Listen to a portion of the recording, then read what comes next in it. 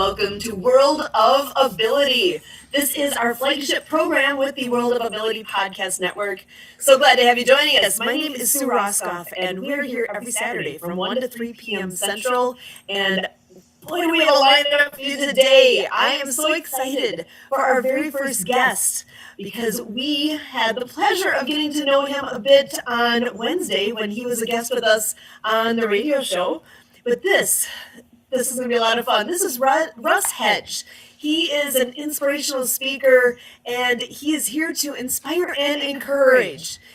He's been a marketing coach with over 30 years of sales and marketing success in several different industries, and he can help you to be successful in your business by helping you to truly connect. The secret is building community through authentic connection, and boy, do I love that phrase, building community through authentic connection. That really is where transformation takes place. And Russ, I am so happy you're here. Welcome. Well, Sue, it's so great to be back with you. Thank you very much. What a blessing it was. And being on with you again is great. Awesome. Do you want to just dive in a bit more? Because there's so much rich history that you can share with us here. I wonder if you want to just start with what is some background with what I know. I just mentioned a bit about business-wise what you're all doing. You want to start there, and then I know you got some more personal pieces here that I would love to talk about too. But go ahead and start with your business background a bit more. Okay, well, I will do that, but I want to just first off say that for me, it always starts with God and then my beautiful wife and family who bless me, that give me the ability to move forward and do amazing things with my business. I have also, which I'll talk more about later, been going through a cancer journey the last several years, and so that has transformed and adjusted the way that I look at things. But it has been such a blessing to be able to reach out, inspire, and encourage so many people because of things that I've gone through. I've been able to encourage people not only through their personal life, but through their business walk. And I have, like I said before, it's been well above 30 years, probably above 35 years now of sales and marketing experience. I'm getting older all the time. I am 61 years young and love every bit of it. Thankful to God for the life that I've had. Been able to work for some great companies, larger corporations, smaller business, and then been able to go into my own business. So about the time, what was 2019, and I was having coffee with a good friend of mine at the New Morning Bakery in Corvallis, Oregon, and we were talking about business, and he said to me, you know what, you need to develop a new revenue stream. What you need is, you need to do some personal marketing coaching, since you do that with your team all the time, and then you speak to groups all the time.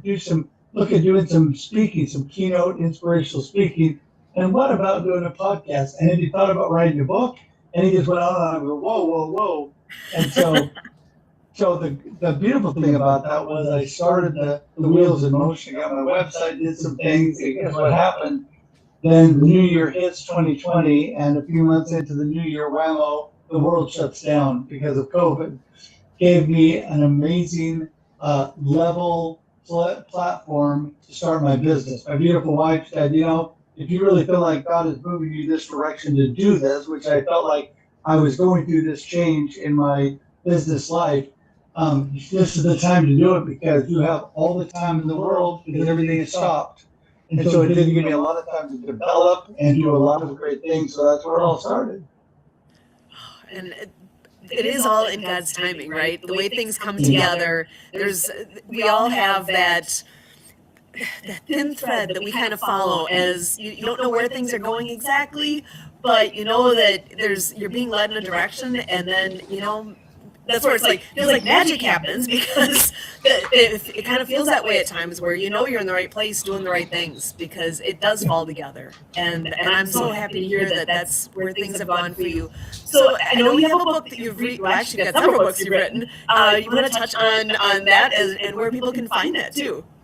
Sure. Yeah. It's interesting, because part of this whole journey was, I had never thought about writing a book. And when my good friend D. Scott Smith says to me, hey, buddy, you should look at writing a book, because I know you got more than one book in you. And I'm like, whoa, I haven't even thought about that. Well, when the world shut down, I started my own business. Suddenly, instead of working 12 hours a day, not only did I have time to develop my business, but I had time to write a book. And so within the first 5 months of my business, I wrote and published my first book. It was called Befuddled, Live the Life You Choose. Yes, we have hand motions to all my books. So it's I love Befuddled, that. Live the Life You Choose. There you go. And it was all about not living life befuddled, out of sorts, but choosing the life that you want to live. And some people would say to me, you know what? I can't choose the life I live. I can't choose what happens to me. And I would say to them, you're exactly right. You can't choose what happens to you, but life happens and then you choose. Then you get to choose what your perspective is, what direction you're going to go. What are you going to do next? And so my good friend Scott said to me, buddy, that's your next book because that is totally, you say that all the time. Well, because of my cancer journey, I had a span in between where I couldn't do as much, but I was asked to write a chapter in 4 different anthologies. So Oh, I did that and I published, well, with the help of others, they actually did the publishing, 4 other books that I wrote chapters in. And those were all international bestsellers, #1 on Amazon, a lot of fun. And so did all that. And then this last year, I finally wrote and published my book, and it's called, right there behind me, Life Happens and Then You Choose. That's right. Life happens and then you choose. And it's all about life happening and overcoming challenges and struggles, or how you're dealing with good things and choosing the right path. And so that's what that book's all about. It's available on Amazon. Go to russhedge.com and that'll bump you to Amazon. My author page has all my books on Amazon, and so does my website at russhedge.com. So that's a good place to go. If you want encouragement, I recommend it. actually, I'm going to go ahead and bring your website up because here we go. Can you see my screen okay? I see screen. Yes, there it is. Look at that. So this That is is my web. russhedge.com. Yes, perfect. And what's beautiful about that now, usually when you go to it, the first thing it will do, it'll pop up a pop up that will Mhm. allow you to go directly to Amazon for the book.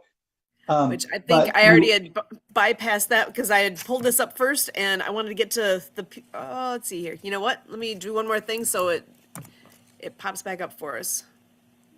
Yeah, actually, you know what? It only pops up once a day. So once you bypass it, it won't happen. I But if missed you go it. up to where it says, go up to buy book on the top, and so that will give you all the information in my book. So as you scroll down, there's a button on each one to buy. So there's Life Happens, and then you choose, and all the other books will be listed there. That'll take you directly to Amazon. There you go. Yep.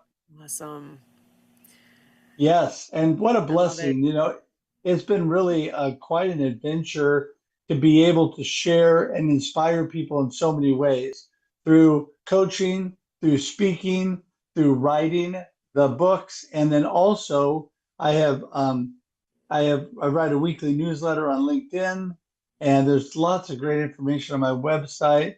So as you go down through those, you'll see the other books. It's just loading slowly, but all the pictures of the books would show up and all of that as well, sooner or later the time. Yeah, I But think with yeah, I'm taxing my computer a little bit hard here. Sorry. no, it's fine. It's fine. So that's exactly it. There's a whole tab up there. My newsletter on my cancer story. Lots of really good podcasts on those things. So yeah, there's lots of good things. You can check that out. There's also workshops that I do and testimonials. Just pretty straightforward. And yeah, lots of fun stuff. So go to russhedge.com. You see it right there.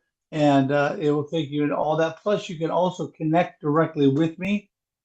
So people, there you go. There's some stuff on my cancer story, some things that I did. Talks all about it. And if you scroll down, there's more things there too. But of course, those have to load. There you go. And so, yeah, lots of good information. Would you like me to go into that cancer story a little bit? Actually, do you want to share a bit because I think it's amazing. Your story is unique, and and right here, Mr. Positivity. Attitude means so much. So yeah, why don't you go ahead and share a bit? Yeah, I just really was blessed by God to be able to keep a good perspective through it all. And, you know, I give God all the glory for that. But, you know, I've been able to do that. So not only did I write about it, but I shared with people around the world. And it was amazing what kind of response I got because I was really trying to lift people up and tell them, even in what seems like the worst circumstances, that I ended up at stage 4 melanoma. It had gone from my foot to my groin, to my lungs, to my brain. And so I had several rounds of therapy, immunotherapy treatment. I had a couple surgeries.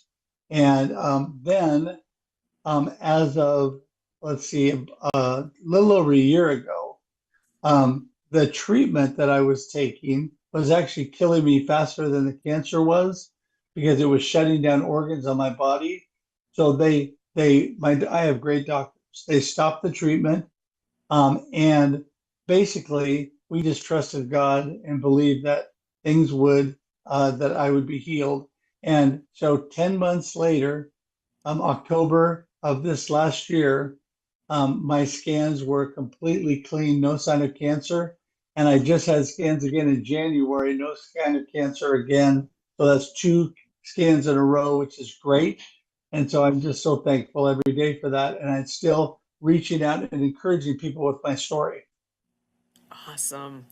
Well, can I ask, how did you first detect that you had an issue? How was that cancer first found? So the whole thing started with what we thought was a wart on the bottom of my foot. And my beautiful wife looked at it and she goes, "Yeah, I think that's a wart." So I started treating it like a wart, got some wart medicine, put it on there. And then about a month later, I said, I don't think this is a wart. She goes, "Why?" I said, "Because it's about size of a quarter now and it's black." And she's like, "Yeah, I think you need to get to the doctor." So I went into the dermatologist. They immediately biopsied it, came back with basic melanoma, and told me that I needed to go up and see the doctors at OHSU, scheduled the time. I went up there, which is a big hospital in Portland. Amazing, amazing doctors. And they found even more cancer on my foot when I got up there. And so what I ended up doing first was having surgery on the bottom of my foot. So within about a month or so of that, they scheduled and we did surgery where they took out half my foot and then had to rebuild it. Had to, do plastic surgery and everything. Had to borrow skin from other parts of my body to go down there and take care of that. And really, everybody was hoping, well, it's all here localized, and we're hoping that we can just get it and you're done. But they did a check they call lymph node mapping. They map your lymph nodes to see if it traveled and if it went somewhere. And sure enough, I'd gone to my groin. There was a tumor in my groin in one of the lymph nodes. And so then I had to jump into cancer treatment at that point. Gotcha. Well, and it's when I think of melanoma, I don't think of a bottom of a foot. That's real. Do they have any reasoning or any thoughts of how that happened? Well, it's funny because everybody thinks of skin cancer, melanoma as a sun thing. And obviously it Right. had nothing to do with the sun on the bottom of my foot. And I also don't lay out in the sun. So yeah, it's just not, I'm a, I am a, I was blonde haired, gray now, but blonde haired, blue eyed Norwegian. So I'm very fair skinned, need to stay out of the sun because too much sun, not a good thing. But it really, what I found out is cancer is cells that are, I call it cells gone wonky, cells that have Uh-huh. just like been damaged and they become cancerous. And that's what happened on the bottom of my foot. These cells became damaged and like cancer. And then we went on from there. But that's how it started. It's just like not from being in the sun. But yes, it was definitely still challenging. And then I know, so we have another friend that's joining us, and I think she's gonna really love hearing a bit about your story here. With can you touch again on your book and the really the purpose behind your book? Yeah, well, I was so blessed to be able to write this last book, especially because this part had really been on my heart. And I really felt God pushing me that direction this last year to get that done. I always say God's not done with me yet because there's so much to do. And when I really felt like God, nudging me this direction, get this book done, it's important to get this book done. I'm thinking, is that because you're going to be done with me when I get it done? Because I'm at stage 4 right now. And so the amazing thing was when I actually published the book, it was the next month that I had the scans that showed no cancer. So that was a blessing. But this book has been such a blessing because it goes through stories in my life, starting with a near fatal car accident when I was 19, where I was cut out of my car by the jaws of life, flown to a trauma hospital on a helicopter, and then done surgery on. And by the skin of my teeth, I survived by the grace of God. And so then it talks about my parents, one who had cancer and then dementia at the end, and my mama had Alzheimer's. Both of them have gone to heaven, but during that time, it was challenging and definitely a struggle at times. And then I talked about my cancer journey because Mama passed away in July and actually, no, I'm trying to remember what year that was. I think it was 4 years ago. And then I was found that what we thought was a wartworm on the bottom of my foot that same month. And so crazy that, and my dad also passed away in July. And then that car accident was also in July. So I did an article once on skipping July because I thought maybe we'll just skip over that month because all these things seem to be happening in July.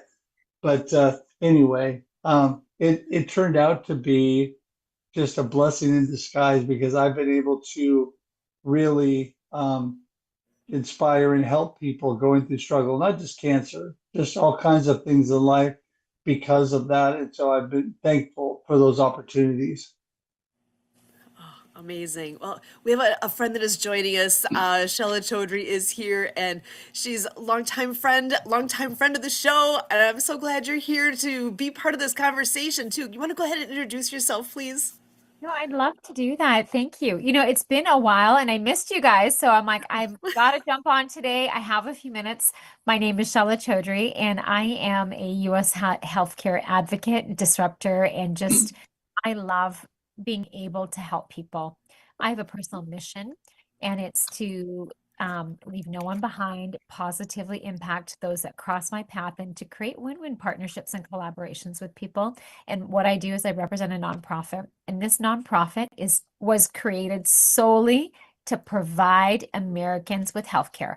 And we're talking about putting human beings first. Forget about the profit, by giving you everything that you could possibly want in healthcare. We actually give you your respect back, your dignity, and we give you the power to choose. Yeah, so that's what I do. And all at, get this, 50 to 70% less than traditional health insurance. And that's one of the things I love. Yeah. And I could go on, but I just wanted to make it a brief introduction. Yeah. Oh, good. Yeah, Uh, because I know. Go ahead. I was going to say that's amazing, Shella. It's Yeah. interesting because you see in a lot of the healthcare all driven by money and insurance and different things. But that's just one thing that I love about the hospital that I go to, OHSU in Portland, Oregon. Yeah. Great hospital. They put patient care above the On my, money. yeah. And I actually referred a friend. She actually got her nose bit off by a dog, and didn't have insurance, and nobody would Yeah. take care of Love that. her. And we ended up getting her referred up to OHSU, and she told them, "Hey, I have no insurance," and they said, "You know what? Let's take care of you first, and then Oh we'll my worry God. about that later." And Okay. they actually got her into emergency surgery right off the bat Yeah. and did all that after weeks and weeks of trying to get into doctors that wouldn't take her because of the money. So there are still some good people out there There like are. you, obviously. You know what? I just have to say, God bless that hospital, those people that run it, because you know what? That's how healthcare was meant to be designed. It was meant to actually provide people with the care they need. And then somewhere along the way, Wall Street got involved and it became all about profits. And that's just, it's disgusting, really. I'm sorry. I could just talk Yeah. about this forever. It's terrible. But you know what? We put the human back in human-centered care. And Yeah. it's like it's not going to be a good fit for everybody, right? I mean, there's people that have pre-existing conditions and stuff, and they might not qualify for the sharing part of it, but we accept everybody because we do something really incredible. We reprice people's bills, Russ. So when people get a hospital bill or a doctor's bill, there's what they're supposed to be billed, which no one knows. And then there's what they get charged because doctors and hospitals have to fight with insurance companies to get anything. And so our legal team negotiates and writes down the bill by 75%, between 72 to 75%, which is a big deal. Wow. Yeah. That is huge. That is It is huge. a Yeah. big Well, that's one thing too that I don't mean to keep touting this hospital, but OHSU, one thing that they've done with me is they are always not just we're blessed to have good insurance. So our insurance does cover a lot, but we have a high deductible plan, so we do have a chunk we have to pay, and there's other things. And the hospital has really worked with us on that because I don't have the money just to shell out all the money for that. Yeah. And so not only have they taken payments, but they've discounted and wrote off quite a bit and done things. So they really are patient centered. I And love it. that is, I agree with you. That's the way it should be. And it's not in most healthcare. You're right. I imagine a world, and I mean, maybe this is just me being like too idealistic, but I imagine there's going to be a time where what I do with impact health sharing, it just goes viral because people are tired. Like right now, I don't know about you, but when I went grocery shopping last week, I was like sticker shock. I'm like, I just bought like a small little amount of stuff. I'm like, how did it get double, triple, right? I mean, people right now are making choices between paying for rent and paying for food. How can they pay for like health insurance on top of that? That is robbing them blind, right? So, yeah, no. Our plans, like I'm just going to say one thing, we're based on age. And so people in their 20s, they start at $73 for singles. And then for members of families of 3 plus, it's $378. And we go up from there incrementally. And so I encourage everybody to, reach out. Let's see if you're a good fit or we're a good fit for each other, right? Yeah. People need to know. And the only way they get to know about this is through good people like Sue and Kurt and people spreading the word because again, we don't advertise because that costs money. Let's give it back to the people, right? Yeah. Well, Shelley, you're amazing. You need to connect with me at russedge.com. We need to Okay. schedule time to chat because I need to have you on one of my live streams and get the word out. Oh, thank you. I would love that, Russ. All right. If you don't mind sharing your contact information, dropping it back in the chat, I'll love to do that. And I'll drop mine in too. All right, great. Yeah. Perfect. I love the connections that get made here. It's always, I don't always know who's all coming each week, and it somehow tends to fall together in such a beautiful way like this. I'm so glad you guys are both here because, it's perfect. Yeah, 'cause I absolutely love the piece in what Russ has all been talking about, where attitude makes the difference and you get to choose. That whole idea of choosing, I think, gets lost on a lot of us along the way because life Yeah. hits you and you just react, And do you want to just talk a little bit more about that piece, Russ, and Yeah. how that makes all the difference? Oh my goodness. Well, when I first was diagnosed with cancer, my oncologist, who I quote indirectly in my book, told me that my perspective and attitude was the number one thing going for me. She said that would do more for me than any medicine or treatment they could do. And so it's amazing how God has designed our bodies to actually do a lot of healing themselves. And if our attitude does make a huge difference. I also love, and I read about this in my book, an author and pastor, Chip Ingram. He's got a thing called the divine equation. And what it is circumstances plus perspective equals experience. So when you let your perspective determine what things are after your circumstances have happened, you let that perspective determine how you look at it, your experience is so much better, so much greater than letting your circumstances determine how your experience comes out and what your perspective is. So every day you need to think about that. Yes, we're all going through some challenging times, up and downs, good, bad, But you know what? If you keep a good perspective through it all, it's amazing how much brighter it looks on the other side and what you actually feel about it. That goes back to the old story when you put two people in a room and you ask them afterwards what happened, they come out with two different stories. Is because Mhm. they have two different perspectives of what happened. That's exactly what it's all about. Yeah, I totally make me think about that whole concept of, message sent versus message received, and the awareness and all that goes into that. That I love that piece. There's a cartoon I have at work that has a couple people standing at the beach, and there's a number 6 in the sand, and the one person standing there looking at it's like, it's a 6. This is a 6, and the other person happens to be standing on the other side and says, no, it's a 9. And it all depends on where you stand at a moment and what perspective you have, because you can be looking at the same thing and seeing something totally different. So that's Yeah. where you got to have a bit of grace for others, because where they're standing at and looking at something, it really makes a difference. And it's okay. It's not that one's wrong, one's right. It's just where you're standing at that moment is different. And I think that's how Shella comes out with all that she's doing because her perspective is we can make a difference. We Yeah. can make a change in what's going on. She's not just sitting around complaining about stuff. She's thinking, let's change the way it's done. Let's flip the script and let's do things in a positive manner rather than the way things are happening currently. It's funny. I used to get in trouble for that when I was younger, when I was a teenager, when I decided to not do things the way that I was supposed to do them. But you know what? I love it. I love the fact that, there are options out there, and there are people that they're willing to have the courage to put together organizations or nonprofits and solutions for people's problems. And I'm just someone who's blessed to be able to spread the word. Yeah. Yeah. Well, I You know think what? you're doing great. I think you're doing great stuff. And I definitely think we need more of that because when we just buy into, when people accept the premise that they're given, Mm, then things stay the same. And a lot of times when things are challenging and not good, that's not a good situation. When you challenge that and say, you know what, I don't accept that premise.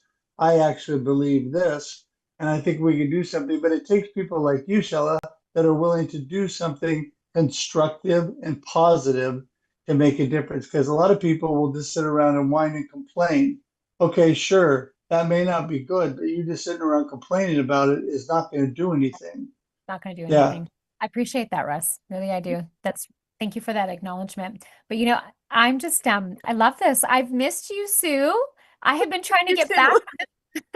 I've been trying to get back here for the last month and a half, and today was the day. And I'm so happy to have met you, Mr. Russ Hedge, and to hear more about your story.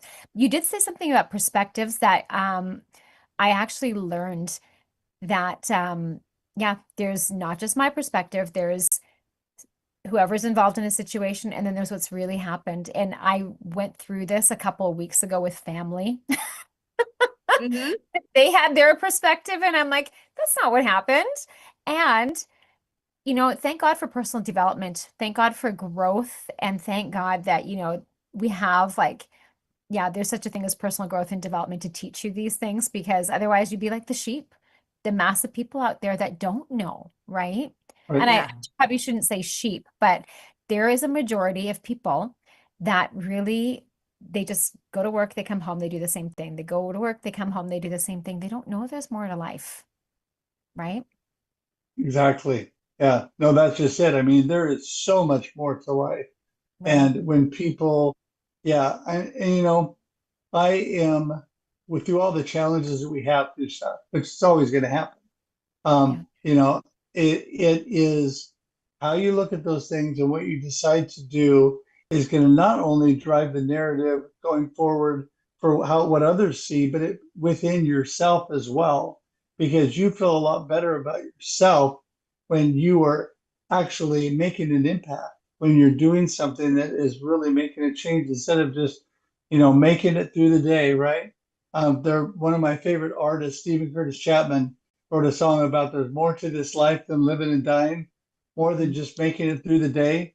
And that's exactly right. There's way more than that. And so when people move forward and actually make a difference like you, not only does it help you, but it helps so many others. And then other people who maybe are just followers will jump on board because they're thinking, yeah, I've been thinking that same thing. And that might give them the incentive and inspiration to join you.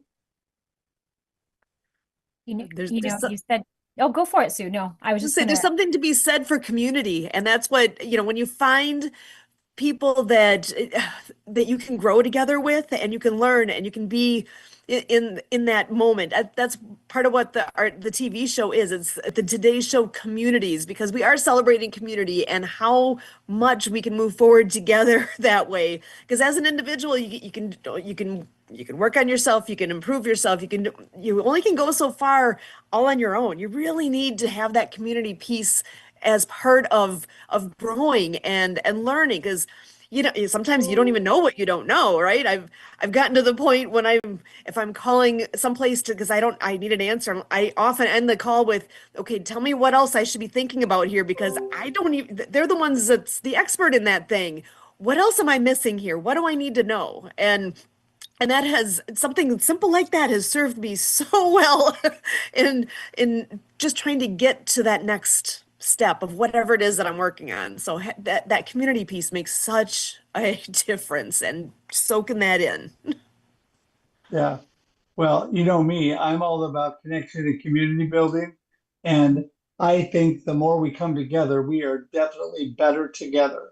yeah, And, we all have our strengths, we all have our weaknesses, but when we work together, it's just like a single strand of Right. rope or twine is not very strong. But when you bind it together with multiple strands, it becomes stronger and stronger and can hold more and more. And that is like coming together with others. We can do only so much by ourselves, but we can do so much more, and it multiplies. It just compounds because when you come together, it expands the possibilities, it and does. that's so important. Yeah, You know, I often when I do gratitude, I am grateful for all of the communities I belong to. I when I transitioned from being a teacher and educator, okay, so I'm was used to being surrounded by my community, like the students, the staff, like the friends I've made there. And when I transitioned to working from home, I'm going to tell you, it was a shock to my system. I was okay for a few months, and then I'm like, oh my God, this is not okay. I need people. And I'm like, I would actually go back to work at the school just to be around my community, just to be around people, right? So I get that there is such power in community, and we weren't created to be alone. that's We were right. not created to be alone. We're human beings, and part of being a human is connection, connecting with others. And it does make a difference, though, to connect with like-minded people versus not your crowd, right? It makes a big difference who you do associate with and who are a part of your communities makes a big difference. Well, I love what you just said there because we were definitely created for community. We were created to be together and work together for sure. And I Yeah. agree with that 100%. And I'll say it again. This is a well-used phrase, but it is so true. We are definitely better together. Isolation is the beginning of disaster. Yeah. Isolation doesn't mean we all don't need quiet time and alone time. That's not isolation.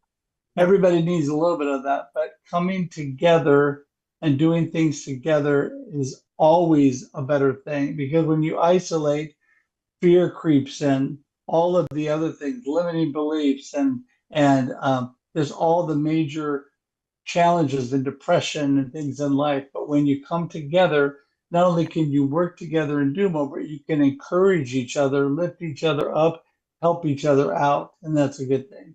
Right. And that's exactly what I was thinking about. What you just said. I really believe that there's been a huge increase in mental health and wellness issues, a huge increase in people committing suicide. But where did that all start? Right? It started when like during that COVID lockdown, there were some people that got used to being alone, but that was Yeah. not good for your mental health and wellness. I used to be an educator at that point, and I'm going to tell you something. I had never seen so many people, and I'm not just talking about students. I'm talking about people my age, my friends, like, my siblings, like all different age groups. All of a sudden, there was anxiety. We actually put names to feelings. We put names to what was going on, depression, anxiety, all of all those mental health things that we were never willing to talk about before came to the forefront. But you know what?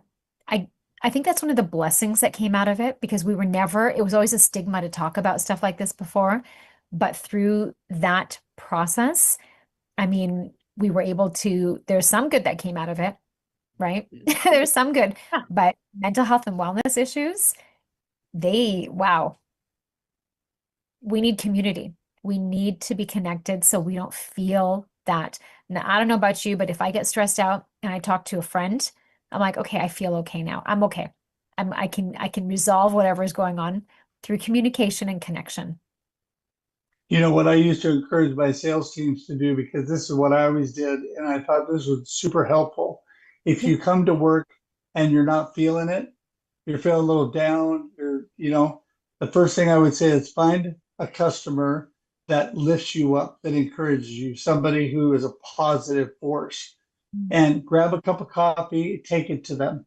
Go meet with them, take them coffee, talk to them for a minute. This is what I would do, and it would just completely change the way I was feeling. I would get excited because they would start motivating me, and then from there, the day was up from there, right?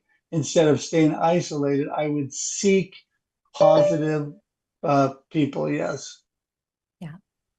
As you're saying that, people are coming to mind that I can go, like my go-to people that, you have a problem, they're trusted, right? Yeah. Mhm. Yeah. Love that. And I know one of the things that we work with, we're Kurt and I are both ambassadors with Project Die Hard, and that's all about preventing suicide with our veteran community. And isolation is a big piece of that. And giving hope, needing hope, and that's where we've actually started doing this hashtag check your vet, reach out, that whole point of connection that makes such a difference. We actually do a show every Monday night, just doing updates on what's going on with Project Die Hard, because there's a lot happening week to week. And it's kind of funny that at the very end, we always each go around the room and share a message of hope for our veterans. And I know this was mentioned earlier today, which is I find really interesting connecting point. One of my things that I always say as we're ending is that God's not done with you yet. You're here Hey. for a reason, and that's a thing. That's real. But I think when you are isolated, when you are just by yourself and you get in your own head, it's easy to lose the perspective of a lot of things, and that's where being more grounded with having that connection with others really, really makes a difference. And because Yeah. we all can get lost in our head sometimes, right? There's always Oh, the little chatter going on. It's like, what are you listening to? What are you paying attention to? Because we're our own worst critic along the way in life, right? And if you yeah. get too far down that rabbit hole, it's easy to go there. And having people around that reminds you that, life happens, yes, but you got to choose. You got to choose what you're That's right. doing. That sounds like a good book I've heard of. Yes. But and one of my chapters in the book is God's not done with me yet. I And love it's interesting what you said there too, because it is so important to be around people, be around positive people. We all have divine purpose for our life. But one thing I recommend to people too, even when you want to be alone and you want some of your own time, still hang around people. And what I mean by this is like my quiet time. I am here in my office, but in the next room is my beautiful wife that I can just go talk to. I understand everybody doesn't have a spouse, but you have friends close by, community around that then you can go to. Same thing too with everybody, a common thing nowadays is people binging series on Netflix or whatever. If you want to do that, getting just stuck just watching TV all the time is not good. Do it with friends. Binge a few episodes with friends, because then you can talk in between. Things happen and you're not just alone, but you still get to maybe have some of that brain shut off time, where you can do what you want to watch. But you know what I'm saying? Think about those little little things about just keeping people in the proximity that you can stay in touch with makes just a huge difference with how, how you feel about yourself. But I have to say Well, this. I just want to acknowledge what you're doing with the vets. I mean, it's so important. Um, I often like when I travel like through to different places in the States, it breaks my heart to see homeless veterans. It breaks my heart to see like, I mean, they don't deserve that. No one deserves that. No one deserves to be homeless. But oh hi. Oh, sorry, the chat distracted me. But I just want to acknowledge what you all guys good. are what you're doing with the vets. It's really, really important. Really important. So thank you for doing that, taking care of them. well, I want to just add one more thing that you talked about a little while ago, Sue, and that is it's important how we talk to ourselves.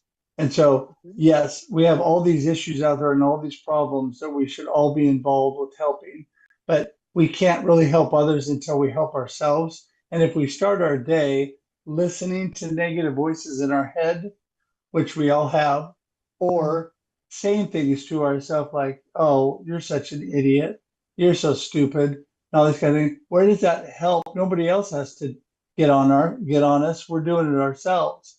So it's important how you talk to yourself, both just through your mind and the Right. things you actually say. It's so important because then what happens is we lift ourselves and can then help and lift others. We can help the homeless veterans. We can help people with disabilities. We can help people that need insurance issues, whatever. I mean, it gives us really the personal platform to be able to do things. So I'm a huge advocate of that. Another thing in my book, I write about every morning before I get out of bed, I do three things. Before I get out of bed, I first of all say I'm thankful and grateful for God, for my beautiful wife, for my family, for all that I have. Number two, I give myself a little pep talk. I say, I've got this. God has given me the ability to do things and make an impact and encourage people. And then number three, I decide today is going to be awesome. And a lot of people, when they find up, they find I get up at 4 a.m. They're like, there's no way I'm saying life is awesome at 4 a.m. And I tell them, I'm not telling you what you should do, giving you an example of what I do, because you have to come to that point of positive thought about things are going to be good. I always say, get your hopes up, right? Why not? Why dumb down your hopes? Get your hopes up, expect good things, right? You're going to find more positive stuff if you're expecting good things. So those are just three things I do every day. And it makes a huge impact on how I start my day. Well, Oh you my know what? I gosh. love that. I'm actually working on creating a new morning routine because here's what I know. Right before you go to sleep at night and right before you get up, you're programming your subconscious mind. And, I'm just really grateful for all the mentors that I've had. And there's certain ones in particular that really focused on this and taught us that, you know what, those are crucial periods of time. You need to make sure that what you're thinking about and what you're focused on at those moments are positive things or things, it's what you want to create for yourself in your life, right? Because you're I, fortifying your mindset, you're reprogramming those beliefs. And you know what? Getting back to the voice in your head, your self-talk. I don't know if you guys have heard of a program called, I think they've rebranded to Landmark Worldwide. It's an incredible program, the Landmark Forum, but it actually teaches you about like, catching that voice in your head when it goes off. And it's such an incredible personal development program. I one of my seminar leaders is like this. He's like, get out of your head. It's a bad neighborhood. And I've never forgotten that because I mean, when you're in your head, oh my God, you never say to other people what you say to yourself. And if you did, you might get hurt, right? Honestly. Yeah. I I love love that. that. I might say it a little bit differently, and that Yeah. would be watch out what's in your head and Right. change your neighborhood if there's a problem, because the only way to replace negative thought in your brain, which will happen to all of us, which happens daily to all of us, is to replace it with positive Yeah. thoughts and positive self-talk. And so I just think that is so important. And I'm with you 100%. I have become more intentional now about my night routine, what I do. me personally, I always read scripture at bed before I go to bed and pray with my beautiful wife. And I do the first thing when I get out of bed as well, because you're right. The way you end the day and start the day is programming your entire life. So you're right. Yeah. My goodness, I love this. And I do have a gentleman joining us. I want to give him a moment to come on in and say hello. Barry Tate is joining us today as well. I know he said his connection's not great, but that I wanted you to come on in and say hello and introduce yourself, Barry. Thank you for being here. Uh, Thank you for having me, Sue. I hope you guys are hearing me okay. Yes. Greetings from the beautiful Turn Island Republic of Trinidad and Tobago, the southernmost islands of the Caribbean. My name is Barry. I am a business consultant slash business coach, and I focus on helping new and aspiring entrepreneurs navigate what can be a treacherous landscape, that landscape we call entrepreneurship. And I really think it's good that I was able to step away and join this call because I really resonate with what I heard when I came in. You know, it's something that I say to the people I work with, the people I serve. If you're alive, it means your purpose still exists. You still have a reason for being here. And whether or not you acknowledge someone gave you that life you have, or acknowledge that it's someone that has orchestrated the purpose that you're walking in, you still have the responsibility to dive in and discover what that purpose is. And I believe my personal mantra is that enterprise is for everyone. It doesn't mean we all need to own businesses, but we all need to be involved in enterprise so that we can fuel the impact that we have and we create in other people's lives. So I'm really glad to be here, glad to be part of the conversation. Thank you for having me. Awesome. Thank you, Barry. Yeah, if you guys have not connected with Barry yet, I highly encourage that. He's a wonderful gentleman who's doing so many good things. And yeah, I'm honored you're here with us today, Barry. Yeah, that sounds great. And so great to have you here, Barry. And honored to meet you virtually and would love to chat some more another time. And I know there's some information in the chat there. You guys can, if you need me to help with making connections happen, I am so happy to do that too. Yes, always love connections as we're talking about. So yeah, I have just been, what an amazing hour that goes so quickly. Yes. What a blessing to be able to meet amazing people making an impact on life. And I just want to continue to encourage people to be thoughtful and intentional about your perspective every day, how you're looking at things, because it is going to drive the experience of your life. And so really think about that in all you're doing. I don't have all the answers. None of us have all the answers. I'm not trying to tell you how to live your life either. You know what? I have my way, and I happen to be blessed with a positive mindset now and an upbeat perspective. And I know a lot of people struggle with that. And I completely get that. I have people close to me that struggle with that as well. But you can always make those choices, one little choice at a time, one little step at a time, moving in a positive direction. Next thing you know, you'll be like Shella, you'll be out there revolutionizing the insurance world. Who knows? You'll be able to do great things. So just hang in there. It will be because of a community. It will be through a community. There's just no way that one person can do this by themselves. It'll be because of people like you and Kurt and Sue. And you said something really, really important. Being intentional. There's a book that I started reading by Dr. Wayne Dyer. It's The Power of Intention. I started reading that book and then I don't know where I put it. And I was like, oh my God, but it was so powerful. Some of the stuff I read in there, and it's true. When I went to this one event and I wanted to have 6 conversations instead of wanting, I'm like, okay, I'm going to have those conversations. And I was being intentional. And within that 2-day weekend, I was able to create all 6 of them, which was incredible, right? Because they're important conversations, but being intentional, yeah, that is something that is so, so critical. I don't know about you, Russ. Like, I don't know what your thoughts are, but maybe, and this is where, like, I'd love feedback because again, it's the power of community, right? When you're being intentional, I find sometimes it takes a lot of energy.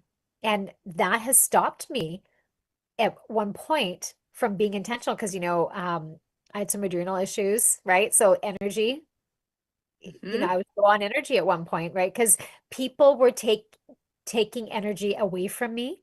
And I mean, that could be looked at as two things. Like I was not protecting myself or didn't have the boundaries, right?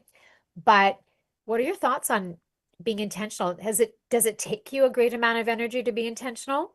Or am I doing it wrong? Well, Am I yeah, doing no, something? no, I agree with you. I think it takes a ton of energy, and I think we need to Yeah, be okay. intentional about how we use our time being intentional. And, through my cancer journey, I still can only really be productive in the morning and pretty much have to rest and sleep in the afternoon. And so, what I really choose to do is really be intentional about how I spend that time, who I spend that time with. And there's a few people you're going to need to be in there to lift up and pull up, but you can't do that always without having somebody else that lifts you up and pulls you up. You need a balance of that. And so you need to be intentional about who you're spending time with and how you're spending it and who your community is, who you're hanging out with. When I was had young kids, they're both grown up adults now, but when they were young, I was huge on the environment they were in. I was very intentional about what we allowed them to be in because that environment was creating who they were going to become. And so I didn't want to be a parent that said, wow, I don't know what happened. They just suddenly became this way. Well, that I don't have the answers for everybody, but usually that's not the case. Usually kids get in an environment they really shouldn't be in and it pulls them a certain direction, unbeknownst to the parents or whoever. So I was always very intentional about that. So again, I go back to being very intentional about the time I'm being intentional and then being very focused during that time. And then you got to give yourself some time, Shella, about just downtime, just rest time, and just not being intentional and not having to worry about things because you need a balance of that because it does get tiring. Okay. Now that does make sense because you know what, there are times where I have I have energy and I'm able to get an extraordinary amount of things done. And then by the end of the evening, I've noticed now I'm like, okay, my brain checks out. So okay, yeah, got you. Every day of my life, mine checks out about 1 o'clock after lunch. But it's okay because I've learned my pattern and what I can do. But take in the afternoon, an hour task will take me 3 hours if I have to do something. So, Right. but I know in the morning, an hour task will take me half an hour. I'm just that way. I'm just super focused and super, and I can get a ton done. I'm just really, productive in the mornings. So I just balance my time and I get my day all in before lunch and then I'm good. Then you're good. That just reminds me of a podcast I watched. It's Diary of a CEO, and he was speaking to a some kind of sleep expert, and he was talking about sleep chronotypes. You reminded me of one of the chronotypes, a person who is, I don't know how, oh yeah, you get up early. You get up early, Yeah. but you get up early, you're focused in the morning, and then that's it. Because I guess there's a couple different chronotypes, but depending on the chronotype, your focus and your work blocks are going to vary, right? And so Yeah. if you figure out which type you are, then you can figure out when to be most productive. And I'm like, okay, that does make sense because I find I'm somebody who is, I can be really creative at night, but if I stay up too late, I cannot get up early the next morning and I'm trying to force myself. And so I think I'm going against my chronotype, Yeah. trying to train myself. But yeah, Yeah. no, That's great. it's very interesting. Very, very Yeah. interesting. Yeah. Yeah. Yeah, because we can Well, spend a Sue, thank lifetime you. even getting to know ourselves in that way too, and how we work. So yeah, and I know Russ, you said you've got another thing you've got to get off here too. I don't want to hold you up. I'm so grateful for you to be here with us, and you're welcome to join us anytime. Thank you. It's been a blessing, and I definitely will come back again. I appreciate it. It was great. Awesome. Thank you, Russ. So Very great. nice to meet you, Shella. I'm, Let's get in yes, touch I'm and booking chat into some your more. calendar. Yeah. I'll book into your calendar. Perfect. Thank you. Okay. All right. Hey, well, you guys have a blessed weekend. We'll see ya. You Thank you, too. Russ. Take care.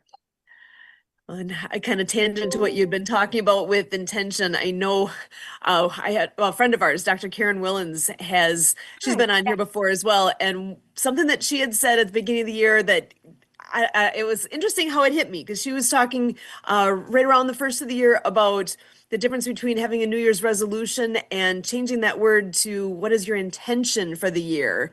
Right. And that and how she was describing that, it totally hit me like, oh wow, what a different approach. And just by making that little adjustment is not so little, to really have intention in what you're doing, it makes a big difference. It I, really does. and Does. so that word has come up this year for me so many different ways. It's like, okay, message hitting. I'm listening. It's a message that you needed to receive. Actually, it's a message I Yes. think I needed to receive too. So it's perfect that you're sharing it with me. You know, another word that's been coming up a lot this year for me is alignment. It's so interesting. Mm, That word is like everywhere. And I'm like, okay, yeah, I get there's another message there. Yeah. I love that. Yeah. And I think we just lost Barry. I know he said his Connection. connection was not necessarily the best, which Right. I'm thrilled he was here. I'm not sure if he's been able to join us on here before, so I'm feeling very blessed that he had a moment to join us. And I know we do have Marianne here as well. I want to take a moment and go ahead and get her into the conversation. One thing we've been doing is in the last, I gotta see what chapter we're on. We are on chapter 10. So this is our 10th week in a row here where we're reading a chapter out of her book, Underwater Acts of Kindness. So Marianne, I'm wondering if it's a good time for you to join the conversation here as well. Are you there? And I may have to give her a moment here. Well, whenever she's able to join on in is all good. There's a friend, Trina's been joining us and actually doing the reading, but I know she's not able to be here today. So whenever it's a good time, we will go ahead and be sure to get her book chapter read today because it's fun. And talking about all her what she does is right in the total line of conversation we have here with Yeah. Acts of Kindness series. So her website is actsofkindnessseries.com, and it truly that talks so much to the whole concept of what we have been speaking to today as well. Because I think you have met before, I believe. Is that Yes, true? we've met Okay, once or twice before. Yeah. excellent. Yeah. You know, Perfect. just talking about kindness, I mean, it doesn't take anything to be kind to anybody, a person. And I'm going to say this, you can save someone's life by one act of kindness. Like literally you can. Yes. I remember this one lady walking down our street by herself, and this was during COVID times. And this Mhm. was when it was right in the beginning, and people were really scared, and everybody was separated by that 2 meters, right? And she had Mhm. these heavy bags of groceries. And I felt so bad because all of a sudden I'm like, you could see the burden on her. Like she was doubled over trying to carry stuff. And there was just a sadness from her. And so I stopped her Oh, and I'm like, are you okay? And she looked at me and she's like, are you talking to me? And I'm like, yeah, I just wanted to know if you're okay. Do you need help? And she's like, oh my God, you're the first person who's talked to me in I don't know how long. And my heart broke. I mean, in that moment, I really got it doesn't take much to be kind to someone, right? yeah. Yeah. Oh, It's so important. it Uh, truly is. yeah. I'm our friend Santa Papa John, he's very Yeah. much about sharing a smile, sharing that moment. And it's like I that's been a thing with me since forever. I mean, I Yeah. when Kurt and I met 30, how many years ago? 35? Oh, No, more wow. than that. Long 35. time ago. When we played a name game where we met Yeah. in the dorms and get to know your fellow dorm folks. I introduced myself as Smiling Sue, and that it's always been a thing. It's like share a Yeah. smile, share. It is so easy. If someone else doesn't have a smile, give them yours. Right. That whole idea is like, and it sounds silly, but it's true. You might be really making a big difference for someone Right. else just by as you're walking by, smile at them, say hi. Right. The world's I not totally a agree with bad you. place. You just gotta have some confidence and reach out a little bit. So People easy to need that. do. So it is so easy to do it, but people they really need that these days. They really does need that, right? With what's going on in the world right now. I mean, there's a lot of negativity, a lot of negative news, but that small act. By the way, my middle name is Smile. My mom named me Charlotte the Bussum, and the Bussum means to smile. So I'm like, okay, I do Oh that. my gosh, I love that. Hi, Kurt. I see you. It's been a minute. Actually, Kurt, you want to join the conversation? I see you got your camera on. How you doing? Oh, Mr. Doing Barry. good. I just came from a networking event with the No More 9 to 5 Club. Check it out at the nomore9to5club.org. Cool. I'm gonna check it out. That's a good group. They're amazing. There's some absolutely wonderful folks in there. So yeah, can you put that in the chat there, Kurt, so that that's easy to reference? Because yeah, highly recommend them. So did you have any tidbits you want to share from the experience you guys all had today?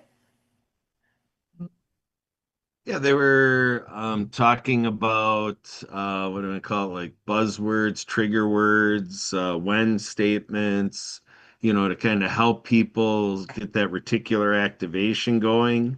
That when you describe, if somebody is frustrated, when somebody's frustrated with getting their doctor bills paid for, or when they're frustrated that their options are limited by insurance, then send them to Shella, Shella will improve that for them. You got to create that scenario so they can recognize that moment where it's like, okay, we gotta get talking to Shella. They're going through some of that today. Excellent. Well, and I know I do see Barry's back. So Barry, if you have anything, don't be shy about unmuting and joining the conversation here. So with No More, can you tell us actually a bit more about what No More 9 to 5 Club is? Now that we just threw that tease out there, can you describe a bit what the organization is and the folks that are involved there? Well, there we go. Let's create that trigger statement, that when statement. So when we know people who are, in that 9 to 5 grind and they just don't feel that they're being fully fulfilled and they just want that more meaning. And if the monetary returns aren't coming the way they want them through their employer, or maybe they're just unemployed, maybe they're unemployable, the No More 9 to 5 Club helps you to build that life where you're a solopreneur, a contractor, an affiliate marketer, whatever it is, all the ways people are making money from home and, as a small business and so forth, all the acumen. They've got the wisdom, and wealth, wisdom, and wellness program. Those are the pillars of their program. And there is the No More 9 to 5 Club Foundation. So they do practice philanthropy as a business group, which is huge for me because I've been concerned about that in the solopreneur world.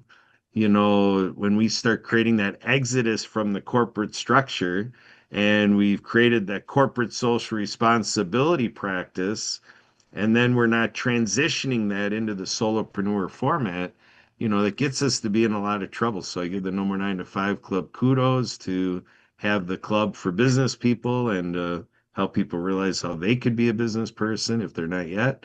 And then with that, to have all the philanthropy built right into what we're doing as a co-opt collective group of entrepreneurs. Excellent. Well, and I know Barry's here too. Is that something I'm curious if Barry's had a chance to dive in at that group as well, because that sounds like a great connecting point for him as well. How do you connect with them, Kurt? How would you connect with them? Because they sound like a group I'm going to need to connect with. Uh-huh. Yeah. Basically, we have John Jew from your group is a member from the Number 9 to 5 Club that also is doing what you do. So yeah, the pathway is already there, but you'd probably coordinate that with John in terms of what he's doing. There's 24 hours of events, Shella, so there's Wow. plenty of room for Month, everybody. yeah. Every month. Yeah. Yes, so I have had the opportunity to chat with Jason, met him through Kurt, and we had a one-on-one during the past week here. So I'm also exploring that space and the possibilities there, and to see how I can add value to what's happening over there as well. Excellent. Well, and I know, so Barry, maybe I could just take a moment. I know you do a lot here with Spirit of the Game, and that's what the Zoom that we use is through Spirit of the Game. You want to share a bit about what your role is with them, and just dive in, because I'm guessing Michelle may not know much about Spirit of the Game. So I think this might be a good opportunity. Barry, do you want to talk to that just a little? Yeah, sure. But let me apologize, but I'm in a noisy area, so let me apologize if the background noise is sipping through. But I'm the American Council Chair at Spirit of the Green. And the organization, or I should say the council, we are narrowing down, battening down how we create or expand our network, or impact rather, through networking. But the organization as a whole, it's geared towards having people maximize their impact, whether they're professionals, entrepreneurs, or they run projects or nonprofit organizations. It's a matter of honing in on how you establish that impact and how you can maximize it. And we do that through webinars, training on AI, training on HR, basically anything you could think of, all with the viewpoint to empowering individuals to be more impactful in whatever they're doing. Excellent. And who doesn't want that? I mean, that speaks volumes to what the organization's all about and what you're doing. So Barry, thank you for what you're all doing with Spirit of the Game and all the efforts. Go ahead, Shella. I was going to ask, is there a website for me to look at? Because that just sounds incredible. I just noticed Kurt put it into the chat, so thank you. I'm gonna look more. You have like a great mission. Mm-hmm. Yep. Oh, and I love that. Your greatness is already within you. Let's unlock it. Oh, I see here. I see Kurt's got this on the screen. Oh, give me a second here to be able to share the picture here. Just making it big. So, and Kurt, before we get too far along, I do have one more thing I want to make sure that you can cover with us. But here, I've got on the screen here, Barry the Visionary. I love this. Your greatness is already within you. Let's unlock it. And, that goes right along with a whole, I think the whole first hour of our conversation that is summed up in what you're stating right on here. So Barry, we talked about community before too, and to be surrounded with so many wonderful people in this community. I'm so thrilled. So Kurt, I'm gonna pass it back to you for another piece of this. On March 7th, do I have the date correct? We've got a lot going on in Arizona. There's a big event happening, and I think this would be a great time to share what that all involves. And as much as I know pieces of what's happening there, I know Kurt, you know a heck of a lot more. So I'm actually going to send it your way to unpeel a bit of that onion, because here we go. While you're talking about it, I'll bring the picture up on the screen here. Yeah, so we're looking at here is we're looking at a sports entity bringing out a charitable objective and using that attraction of a charity challenge, bringing in celebrities and creating quite a novel event that is, put together by people who, kind of do offshoot events from the Oscars. They're not doing the Oscars, but they have other Oscar parties, Oscar viewing parties, and so forth. So we're going to have this gold carpet event down in Phoenix, Arizona, and people are flying in from all over the place to make this event. So certainly, if you know people in the Mesa, Arizona area, or people who also would want to travel to Mesa, Arizona, some people are going to be down there. Like you see the baseball bat, because we're kind of hitting the season of spring training. and so forth. And you're seeing the football players and so forth. So it's going to be a collision of sports. Mark Balin, who is the proprietor, owner, operator of On the Mark TV, he's the mastermind behind this event, and he's got a star-studded lineup of people who are making everything this event is going to be. So certainly when we get to March 8th, here at the World Ability Podcast Network, we're going to be at the dawn of a new day because what people are doing there at Dink and Dine is the business venue that is hosting the event. So that they call it a pickle park, but pickleball park. So pickleball is quite a growing sport and pastime. Pickleball has been recognized as, such a doable sport. So when you do a lot of sports, people kind of shy away from doing it because there's just too much to it. They maybe don't feel like they're in the condition, or they don't have the agility, or worried about injury or whatever. But pickleball is a sport that, the senior citizens are loving, and kids love it. So another one of these sports that bridges all ages, and it's a ton of fun. And so to help everybody all around get more active, pickleball's coming in and really helping people do activity when otherwise they maybe wouldn't. So there's a lot to say about the sport there. And look at that, opiate and fentanyl awareness. So we're kind of coming into this um, realm of helping people with a goal of substance use reduction, and looking at how to do that. We're also going to have another charity on the sidelines in the midst of this. We're going to have folks who operate Better Vision for Children there. So that's another charitable opportunity. We're going to have Brian Gibson, president and founder of Project Die Hard, is going to be there. Thomas Long is going to be there, who's one of our worldwide veteran leaders. And he's actually, Thomas Long is actually up in Canada right now. He's in Toronto with our friend Jay Stoyan from the Disability Channel and with the Honest John podcast, and all of the works of Jay Stoyan and his partners and his team. So Sue and I work with the team, and yeah, as far as the Disability Channel, the World of Ability podcast is part of the programming at the Disability Channel, and the Disability Channels with On the Mark TV.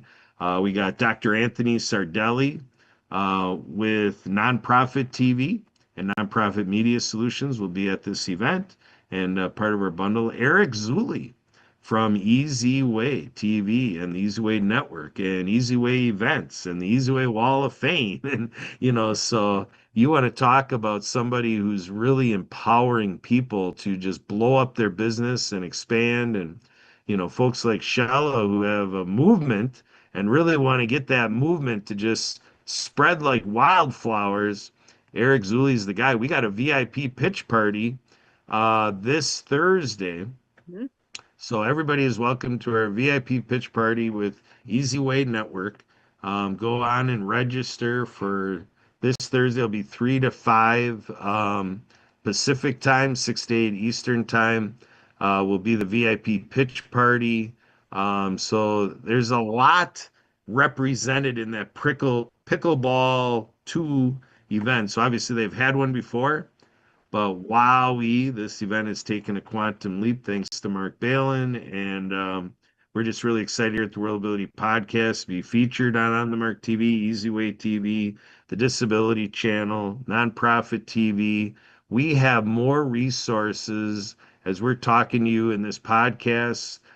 Barry Tate is excited, our gentleman here, the visionary, Barry the visionary, working with him on the America's Council with Spirit of the Game Foundation. The global network, I just was on one of our friends from Kenya that is very excited to learn how Spirit of the Game TV works. And Spirit of the Game TV is powered by Easy Way TV, Nonprofit TV, the Disability Channel, so on and so forth on the Mark TV. So we're a TV family. And with Easy Way, we're an Easy Way family. And so we got all the elements coming together. When you check off a list, when we get to know each other, there's basically 6 elements that we can check off to see what we know about a person and how we build out our own lives. You know, where are we in faith space? What are we doing in service in our life? How are we to receive service? How do we educate? How do we learn? How are we a citizen? You know, like that famous adage, ask not what your country will do for you, ask what you can do for your country, right? You know, all of those things, these things of life are coming forward through working together, teamwork together. Everyone achieves miracles, Love you know, it. and you look at the business community to look at giving life into a business. And when you have purpose and your business has purpose, and everybody that's supporting your business is seeing the purpose and the mission like Shella brings to the table in this show, this is of uber importance. It's essential because there's such a void to fill in business. It says find a need and fill it.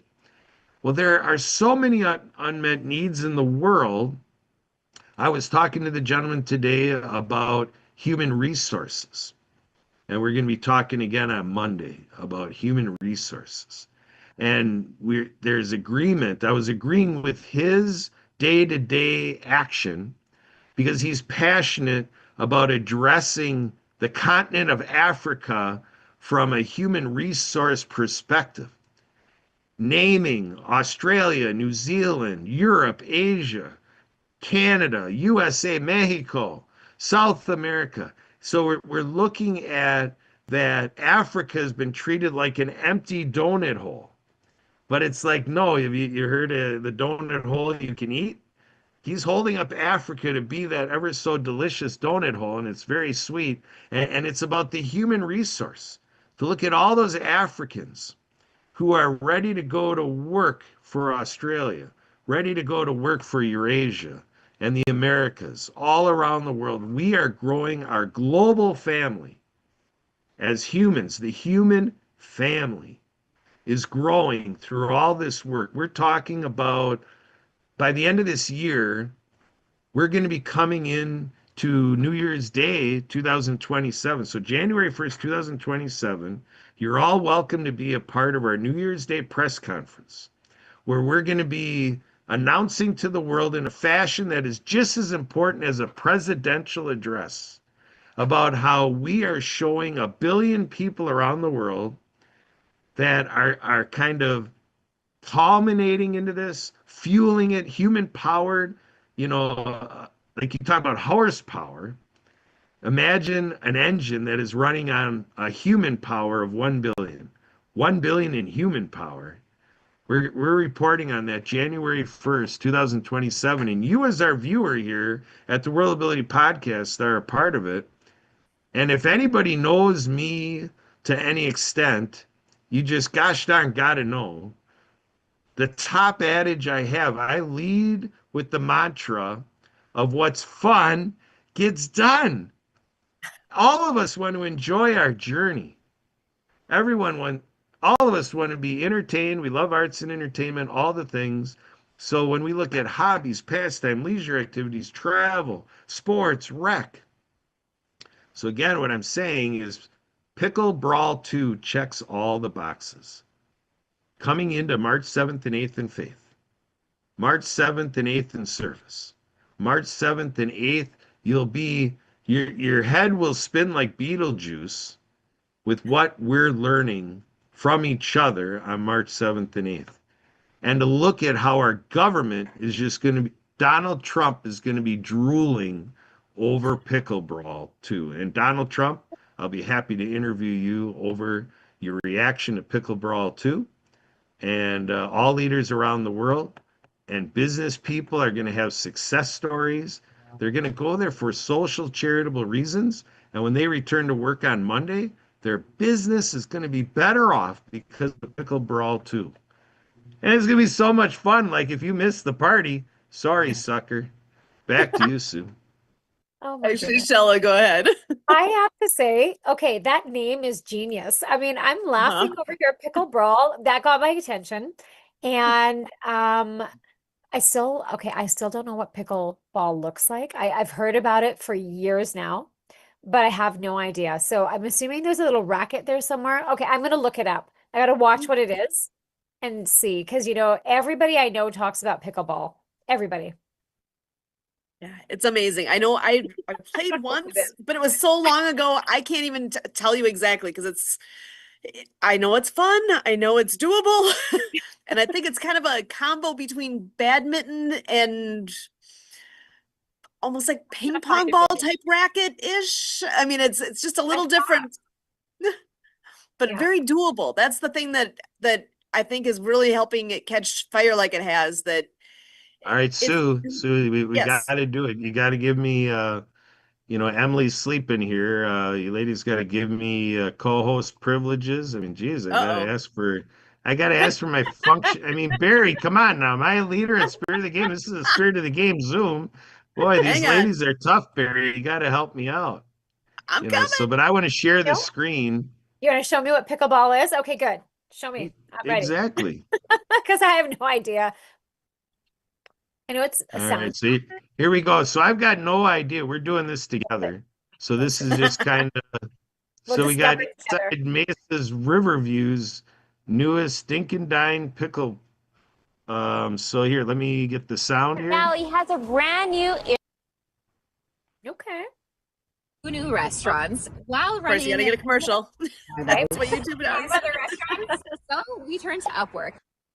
grab Here a you go. paddle or grab a bite. The East Valley has a brand new entertainment hub. Hey, I'm Nicole Gutierrez with ABC 15 Arizona, and we're at Mesa Riverview getting a first look of Dinkin' Dine Pickle Park. Oh, perfect. We basically took the fastest growing sport in the world, pickleball, and we paired it with chef-driven culinary food.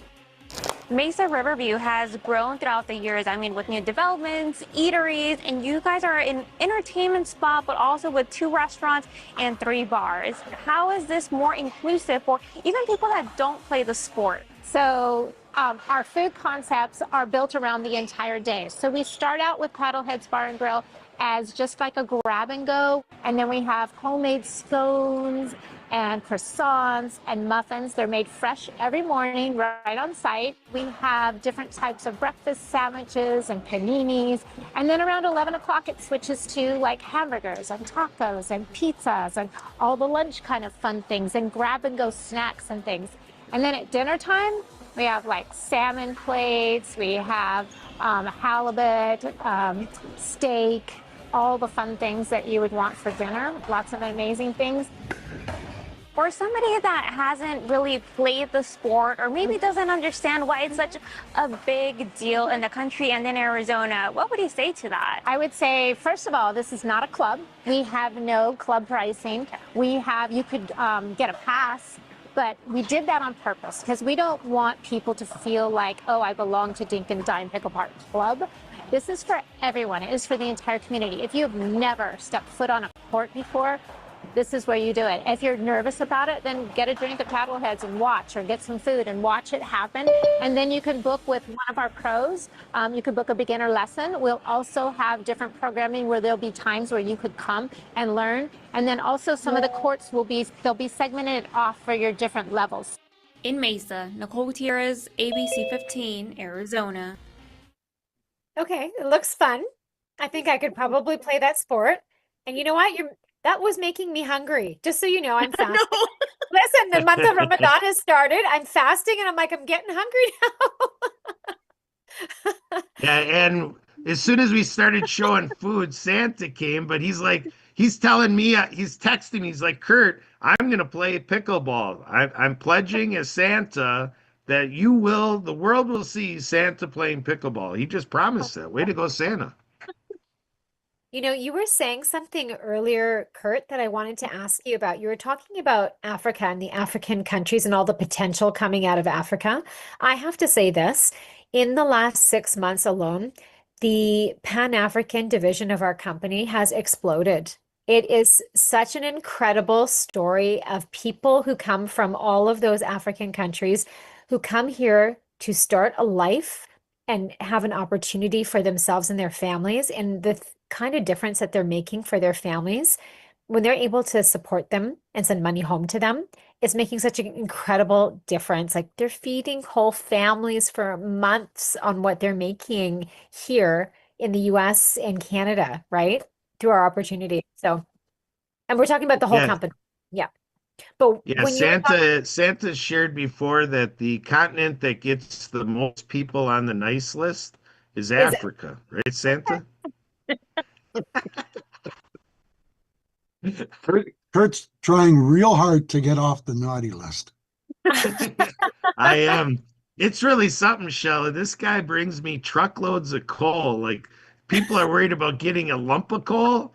He gives me truckloads, this guy. He's got connections to truckers, and they come in like we're gonna show that Kurt Roskopf, and they just my neighbors are like, "What is with all that coal? What did you do?" Wow. funny, Keep it up. And We'll he stay warm. keeps, right? well, There's it keeps him warm, but he keeps digging himself into these holes that he just can't get out. He tries real hard. Yeah, well, I figure if I'm in a hole and you have all this coal, I can pile up the coal and maybe I can step out of the hole from the coal, right? Well, and Can I that, say something? I just sure. took a look at Spirit of the Game website. Oh my God. Okay. I love the Gandhi saying, be the change that you wish to see, that you want to see in the world. I used to teach that to my students. That was one of the things I would tell them. I'm like, stand up. If you don't like something, I'm like, you be the change that you want to see in the world. So the fact that it's on there is incredible. And you talk about personal accountability on there. Yeah, okay. I really like this. I'm gonna have to dive deeper into this.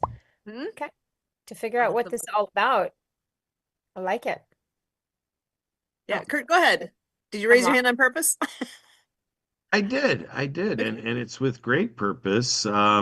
We want to make sure that everybody knows about the fourth annual and so annual event um, that has been a commitment to keep it going. Our torchbearer here is Zach Clayton, and so he leads the way for us for our Healthy Hero event. So I'm showing you here that this is the group that is doing an event on February 22nd, a 22-hour event. So I'm going to go here and put in healthy. Oh, here I had it here. It's Healthy Heroes. So this is a shout out to all of our teachers and first responders, medical staff, our our veterans, so police, law enforcement, firefighters, EMTs, all of our heroes out there. We've got a mission for Healthy Heroes, Sunday, February 22nd. And again, until the date switches to the 23rd, and this is on the Western world side. So actually we'll have some folks in the Eastern world that will participate. It'll show the 23rd on their calendar, but we're still running it America's based for Sunday the 22nd. So this is an ask. We want everybody to go to communitypayitforward.us and communicate out, get hooked up to all the social media, the PAC channel, and all the things that they produce, and then watch this, participate, make comments, subscribe to the channel, and so they have right on here where they can watch. So you're talking YouTube, a few different places. They got Kick, Facebook, Instagram, Twitch. So lots of ways to watch and participate, but get it kicked off right away. Start interacting. Go on there like right now and just tell them how good of an idea it is, and just do your own thing as well. Because again, it's about the teachers. It's about the first responders. It's about the police, the law enforcement, the EMTs, everybody that makes the fire departments, the police departments, the emergency personnel, folks in the 911 call centers, all of that, where a lot of those jobs, when people are enjoying events at Dink and Dine or, all of that fun stuff, when I say what's fun gets done, well, heroism gets it done too. And so we want to really support this event for Healthy Heroes, and give commendations to Zach for sure, but he'll join in saying, okay, great, all that gratitude there is fine, but we want to make direct statements. So if you know teachers, if you know EMTs, or if you don't, reach out to your veteran service organization, reach out to the VA. Let your military know, you know, that you really support them, and it's healthy heroes. It's not hooray heroes. It's healthy heroes.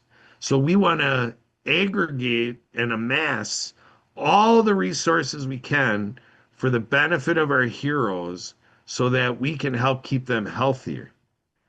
Because a lot of times these heroes sacrifice their own health to be of service the way they're of service. Sue and I have been on calls where it's like, oh my gosh, it's like 16 hours later and you're still on call. It's like there's a lot of finalization and there's a need. Like you can't vacate the scene, just because you're like ready to go back to your personal life. You don't go because the scene still needs you 16 hours later. And that's just our experience, much less what some of these heroes are doing. You hear in the health industry how they pull triple shifts and all the stuff to make sure we're taken care of. So tomorrow, February 22nd, unite with Zach and Santa and all the crew that this weekend we're taking care of our heroes. And if they're working, make sure to go right into their work and you thank them. If the firefighters, if they're on call, go to the firehouse, take them treats, get I greeting love that. cards, whatever, make them healthy, bring them apples and bananas and stuff like that, whatever. But let's load them up with love so that our heroes can be healthier tomorrow, February 22nd. Let's do it, folks. Well, and Santa Papa John, I know you're very involved with what's all going on there. You want to add to what Kurt's mentioning here? Just, people, we need to support this. This is such an amazing, great cause for so many different reasons. So many people are involved, so many people it affects. So donate, create, be a part of, share it, whatever it takes, get the word out about this amazing platform that Zach, this is year number 4, and each year is bigger, better than the previous one, because it is such a needed enlightenment, I guess is the word I could use to bring to the common masses on how important of a cause this truly is. I love it. Even throw some big words in there that Kurt wouldn't understand. So, I had to giggle on that. Yeah, I'm going to Gemini and AI. What did Santa just say? Oh man, what a day But we folks, live in today. the realistic of Zach, what an brilliant, dedicated 22 hours he's going to be on the screen. 22 hours he's going to be providing programming, 22 hours that he's going to be bringing to light a serious cause that needs more than just talk. People need to act. People need to not even find a reason, find it in your heart to create the reason why you're going to do something to help these people out. It's so important. Our veterans are getting left behind, and they never should be. Our veterans are being looked over, and they never should be.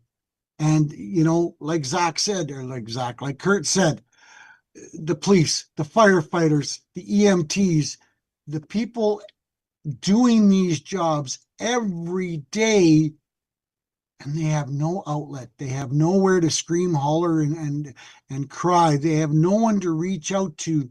Let's help them find a outlet to whatever it takes. This is such an important reason. And these people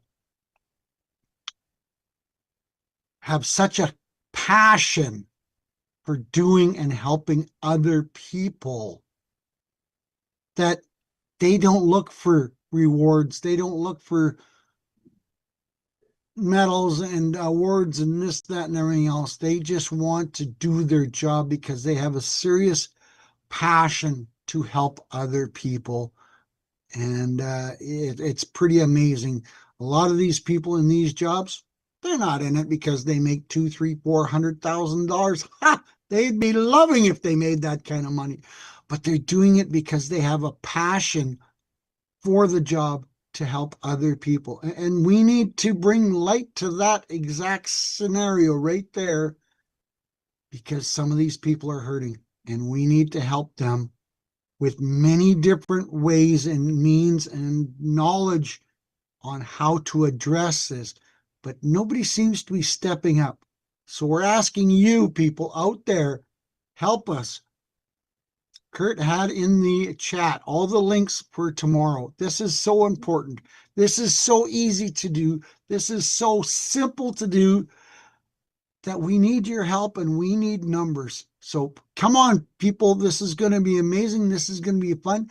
And we're going to even have some giggles and some laughter happening because Kurt's going to be on the screen and we all know that.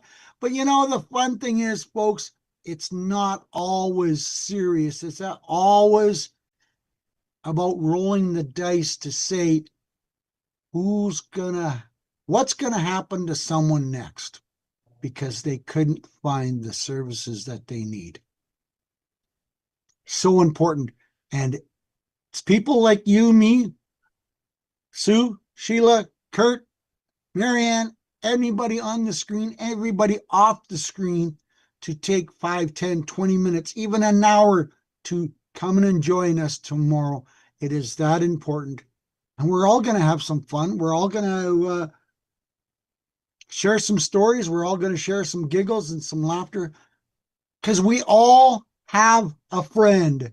We all have a family member that is in one of these positions. We've heard the stories. We've seen the look on their faces when they can't get the services. So how do we change that? We all participate and we all help out. Yes.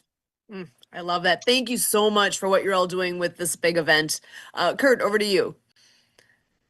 All right, so there's a little bit of a dynamic duo thing going on. Well, first of all, Zach and his wife for sure, but I guess then there's a third wheel maybe. Fun telling that to Mr. Z, Mr. Z from Z World Webs. I definitely want to give him a shout out because he's right there helping power the mission at Community Pay It Forward and partnered up with the Claytons and all the partners at Community Pay It Forward. But I do want to give recognition to zworldcares.org. A good uplift for all the nonprofits out there. So if you know people that are nonprofit managers or volunteers with nonprofits, let's get this networked into the decision makers for, being on this directory, the nonprofit directory, and then you can join as a nonprofit to be in this directory. And then speaking of directories, Santa, you're working on quite an imperative directory. Tell the world about your directory, Santa, because that's the one I really put folks, we've all heard the stories. We've all seen the reality of family members dropping off senior members to nursing homes, senior care centers, and going, see you at your funeral. They never go back. They never visit. They never partake in family activities anymore. They don't take in anything that involves family. So I have created a 1-hour interactive reading session where I'm going to read stories to those residents, including group homes and group homes that support autistic children and adults. They need some giggles and laughs. And, I'm working with a gentleman from Scotland that we're working on some commercial to help some nonprofits raise some monies. But you know what, folks? If you know activity directors in nursing homes, senior care centers, yes, Storytime with Santa is a interactive 1-hour program to read stories, and they're not all Christmas stories. They're not all North Pole stories. They can be cookies. They can be elves. They can be, water skiing stories. They can be stories about anything and any time of the year, folks. It's all about interactive story time And yes, every Wednesday night I read stories online for free, and many different posts about that. Thank you very much, Kurt. But yes, I do work with veterans as well. The Warriors Beacon of Hope is another website where I'm building a list of services, scholarships, meetings for our wonderful veterans. You can't go out and hunt down, I want to find a meeting for veterans in St. Louis. You can't find it because they don't list it. But if you know somebody in the club, the organization, the group, they'll tell you when the meetings are. So if you know those type of people that have services or meetings, scholarships, what about scholarships specifically set up for children of veterans? Well, folks, there are those kind of scholarships, and I have a listing for those as well. And it's about 95 scholarships so far, and that continues to build. But Santa's very proud to work for our veterans and help our veterans as well, and that's why this program with Zach tomorrow is so important. But you know what? I am hearing so much positive comments for the story time for nursing homes and senior care. People are going, this is so important because those people forget to smile, giggle, and laugh because they get dumped into a situation that they don't want to be part of, and they have to make the best of what they've got. So, folks, I'm reading stories and I'm having fun and I'm creating some wonderful positive memories, some giggles and laughter to help those types of residents create some new wonderful memories. And folks, it's the feedback that I'm getting is absolutely 100% positive. So let me help your family by creating some stories. That's what I do. And this Santa, like the thing above my head says, I'm a storyteller. What a lost art. It truly is. And yes, Sue, I have been told by many people that people forget how to read, and reading out loud. What an amazing concept. What an amazing idea. And I think of mom and dad looking both down on me now and going, here's a young man that used to hate English, needed a tutor to get through grade 10 English, and now I'm reading stories and enjoying it and having so much fun creating some wonderful memories for people. So if you know a place that needs some storytelling, let's have a conversation. I'd love to create some wonderful stories for schoolrooms, group homes, senior care, nursing homes, anywhere that has residents that don't see a lot of the outside world. Okay, well, Nice meeting you, Sheila. Yeah, Sheila, thank you so much for joining Sheila? us today. Thank you.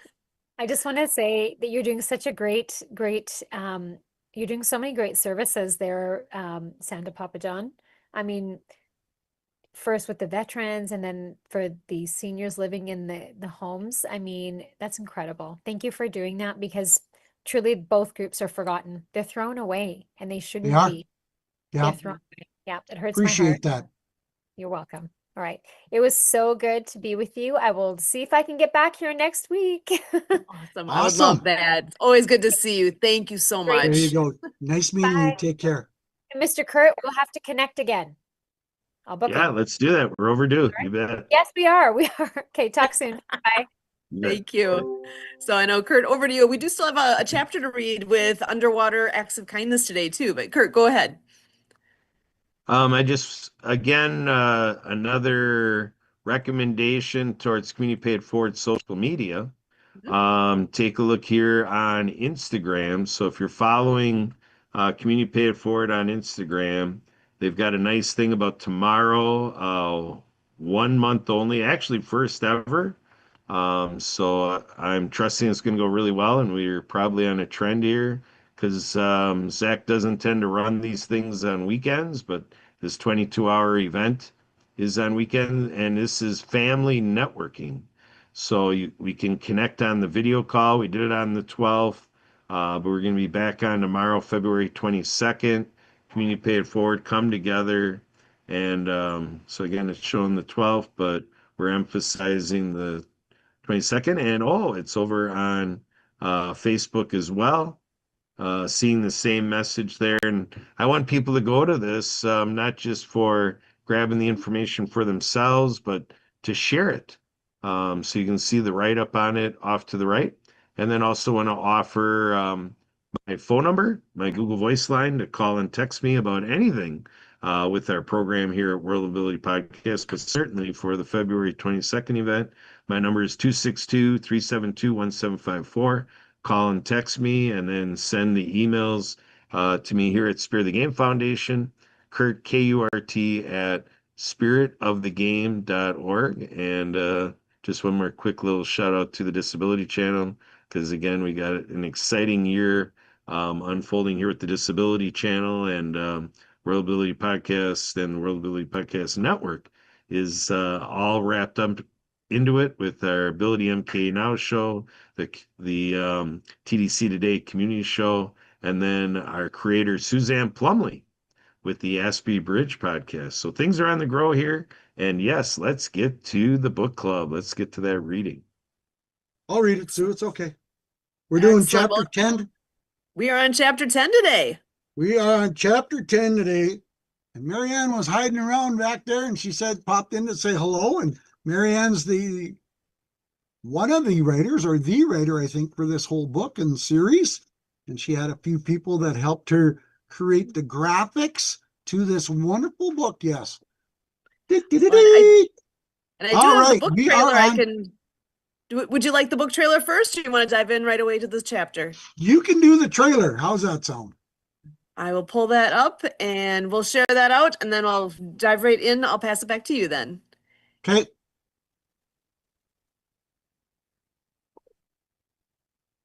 What if you could help save the ocean just by listening to a story? Set sail with underwater acts of kindness. Join Noah, the hard-of-hearing humpback whale, and his marine friends as they take on the Great Pacific Garbage Patch. On their journey between Hawaii and California, they discover an enormous pile of plastic, but with teamwork and courage, they plan to clean it up. With the guidance of Dod General of the New Earth Army, they rally ocean creatures and you to help restore our seas. Now available on Amazon Audible, listen as author Marianne of Waikiki narrates this inspiring adventure, featuring mesmerizing music by Lucy and the Perfect Wave and Nick's guitar, echoing the sounds of whales and dolphins. This book is dedicated to Boy and Slat, founder of The Ocean Cleanup, making waves for a cleaner future. Sing along with Noah's song and dive into a world of peace, love, happiness, and thanks. After reading, visit the Acts of Kindness series YouTube channel for more adventures. Learn the ASL ABCS with Dr. Fingers, the fingerspelling hermit crab on YouTube, kids. Get coloring books now at www.actsofkindnessseries.com and Amazon. Plus, grab your New Earth Army t-shirt and pledge to protect our planet. Underwater Acts of Kindness by Marianne of Waikiki. Available now on Amazon, Audible, and actsofkindnessseries.com.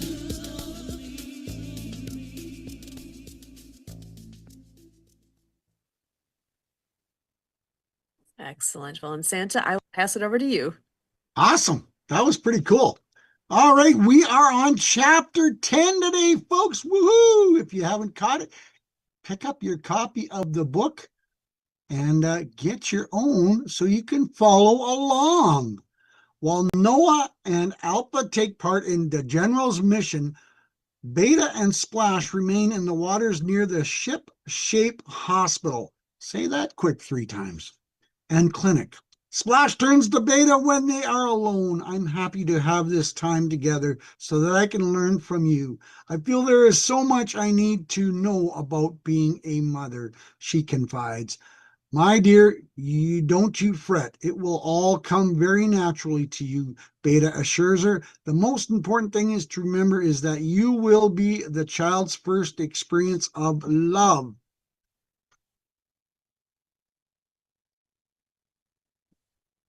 That's very comforting, Splash sighs. You will receive and nurture your child in a circle of love, and eventually that precious bond that you and Noah have created with your baby will grow bigger. Your child will embrace family, friends, and self, and then expand the circle even more by finding a significant partner. Together, the two of them will learn to serve their community just like you and Noah are doing, Beta tells her. That reminds me, tomorrow the patients will be transferred to their new clean water tank, Splash said. I'm so excited to see the smiles on their faces. The next day, a colorful trumpet fish announces the opening of the hospital's first peace, love, happiness, and thanks clean underwater aquariums. We are proud to welcome our first residents. Please enter and take a freshwater refreshing. My name's Kurt. And he calls out as hundreds of patients from the ship-shaped hospital and clinic leave their crowded quarters behind and submerge themselves in the pristine crystal waters of the tanks. A healing circle of angelfish surrounds the tanks and blesses them. May this be a sanctuary to all who enter. May you grow strong and mighty and live free from illness and pain. And may the day come soon when you once again live in clean, abundant ocean, vibrant and full of life. Music plays while dozens of silly clownfish entertain the new residents. They blow bubbles, sing songs, and make funny faces. Their delightful pranks in the tank soon have young and old giggling and wiggling. King Octo and Raymar beam with pride. We'd like to take a moment to thank our sponsors. Without their help, this world would not have many achieved. King Octo and Raymar announced the names of the many donors who helped to finance the undertaking. Each comes forward to take a bow. Miss Shell O'Clama, Sandy and Rocky Bottoms, Jeffy the Harper Pub. New words. I'm just learning them, folks. Pub Seal, Captain Lungs, who gives out hugs and says no to drugs, Effie the Hunky Monk Seal, Mrs. Connie O'Hay from Callahoo, and Natalie Nautilus, the audiologist. Wow, there's some big words there, folks, that even Kurt will understand. There is a great fanfare of each of the honorees receive applause, accolades, and a gold starfish. Kurt, you don't have your gold starfish on. Oh, no. Oh, but he's got the puppets happening. There you go. Beta and Splash watch the festivities and are touched by the large parade of friends, parents, siblings, relatives, and supporters who have assembled. How can we ever thank you, they say to Beta and Splash. We look forward to the day when our families are healthy and reunited again, others tell them. Oh, I so wish Noah could see this, Splash said. It would bring him such joy. I wonder how far he and Alpha are on their mission, said Beta. King Octo and Raymar overheard the women talking. I believe there's an old radio inside the clinic, Raymar said. It hasn't worked for years, but if we can fix it, we'll be able to broadcast the news to everyone. Raymar and King Octo work on repairing the old radio and are successful at tuning into a station. They turn up the volume so that everybody can hear the crackling voice of a news reporter as she begins to describe the events of the day. Aloha, everyone. This is Ann Clovey reporting live from aboard the Acts of Kindness. Today we are witnessing an unprecedented event. Unlike anything we have ever seen, large numbers of whales, turtles, and dolphins are forming a chain of synchronized swimmers as they head from Hawaii towards the west coast to raise awareness about the danger of plastic debris in the oceans. Here with me is Marianne of Waikiki, captain of the Acts of Kindness. She and dozen other boats are escorting this amazing legion. Marianne, where is everybody headed? Aloha, Annie. We're headed from northeast to the Pacific Traps vortex, especially to the East Pacific Gyre. Right now, approximately 1,000 whales, turtles, and dolphins are making this journey, and we expect thousands more to join in as they are called to action along the way, says Marianne. How impressive. Can you tell us more about the garbage patch and why plastic presents such a danger to the oceans and marine life? Anne Clovey asked. And plastic is the waste product that nature cannot process.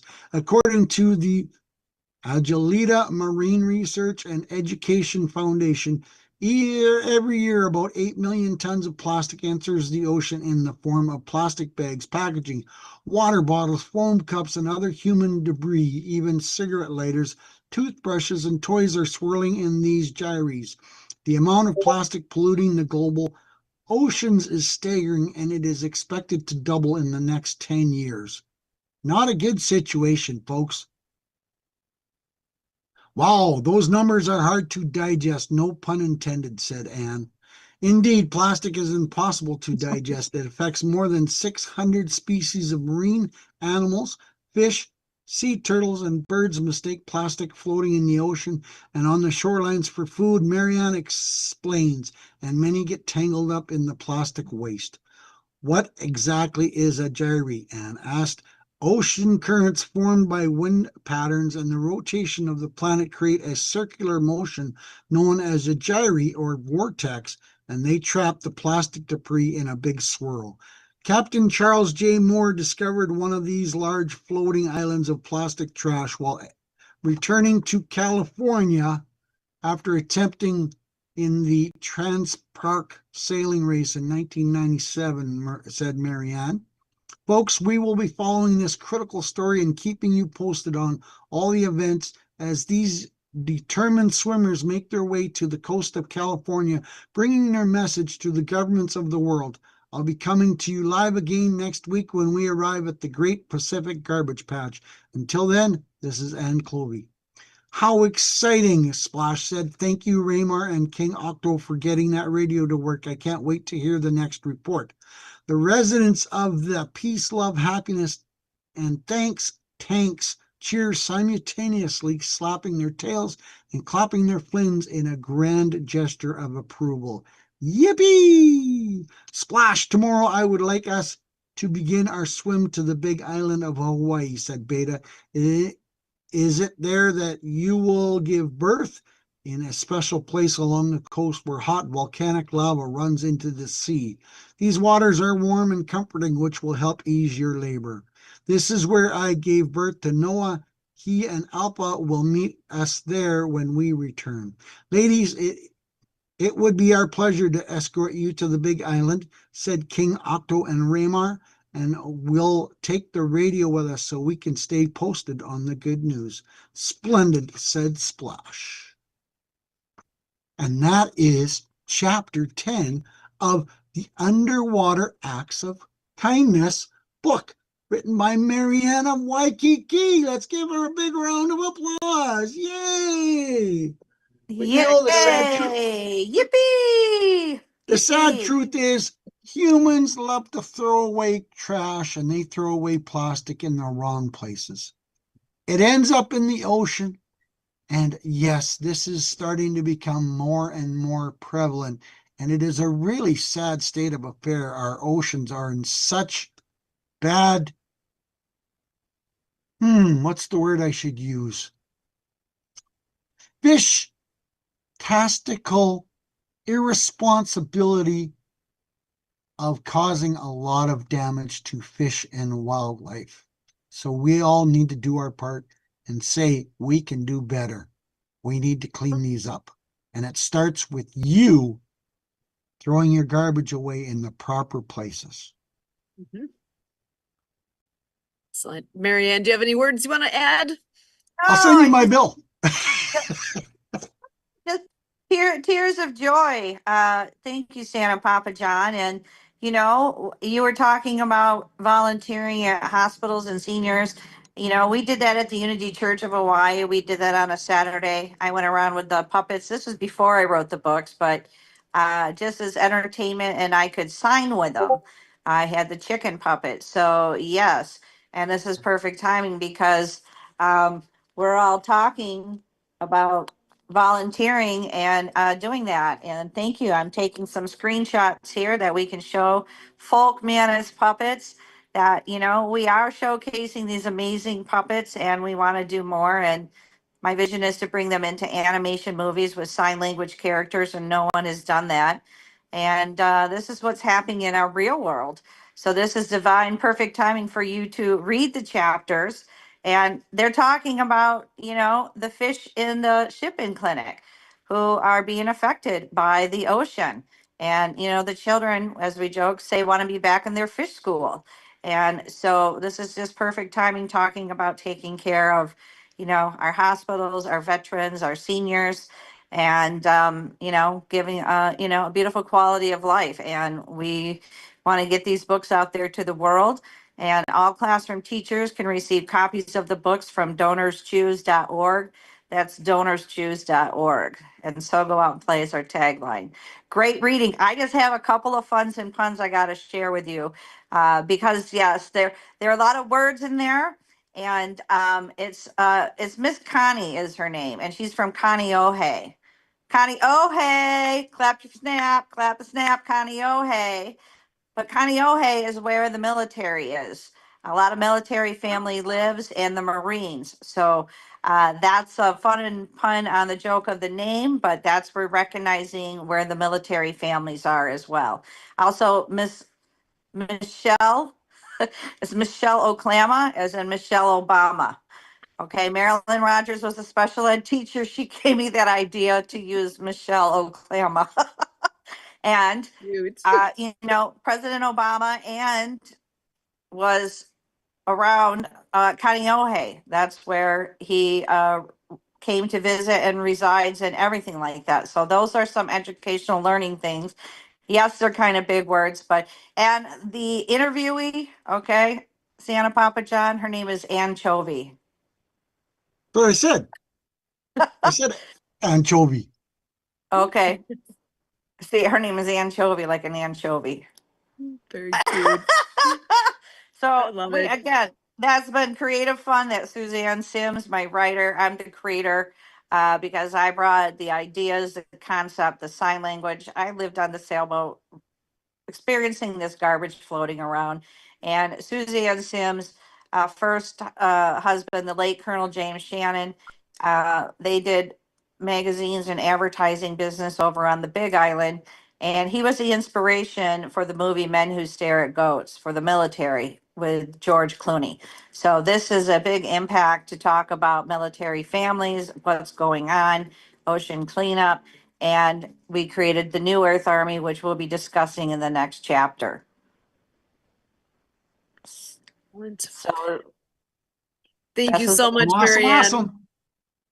And thank you for the reading, Papa John. That is beautiful. And Kurt for showing, both guys for showing the puppets on here. And I know we actually have some new music to add to the mix here today. And I'm actually going to say my thank yous first, and then I'll end with the music that was sent and created. Actually, Marianne, you want to tell us what the music is all about?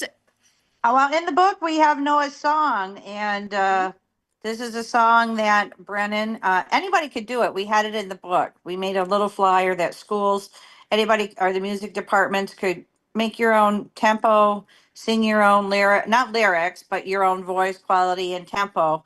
And this is what Brennan created for us, our new friend with the sound crystal bowls, as a message and vision that, we have this in animation movies. So this is contestant number one, I want to say. So anybody else can continue to do it. We got Don that does music. We got other people who may want to sing this song, but we can continue to make it roll. But this was a gift from Brennan. And thank you again, Santa Papa John and Sue and Kurt and Jay Stoyan of the Disability Channel. Aloha, I'm Marianne of Waikiki. Excellent. Thank you so much, Marianne. Any last words from either Santa Papa John or Kurt before I bring the music up? All right. Well, I'm going to go ahead and say my massive thanks to everybody who's joined us here today. What an incredible community we have. I am forever grateful. And for all of us here with World of Ability podcast, again, I'm going to go ahead and play this song to close us up. But as always, we thank you.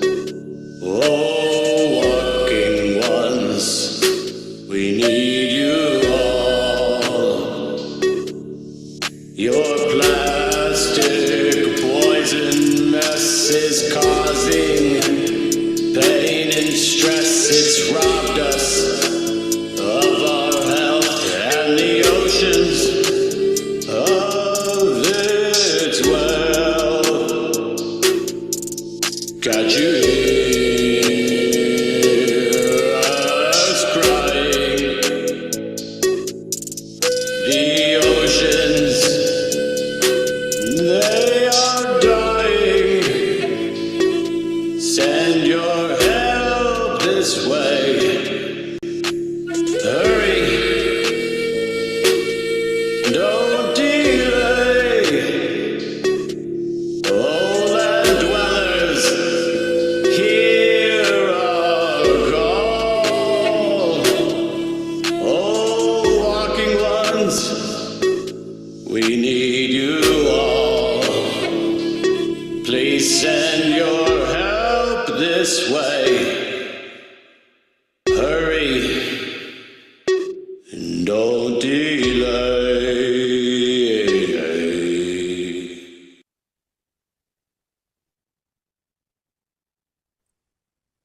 Wow.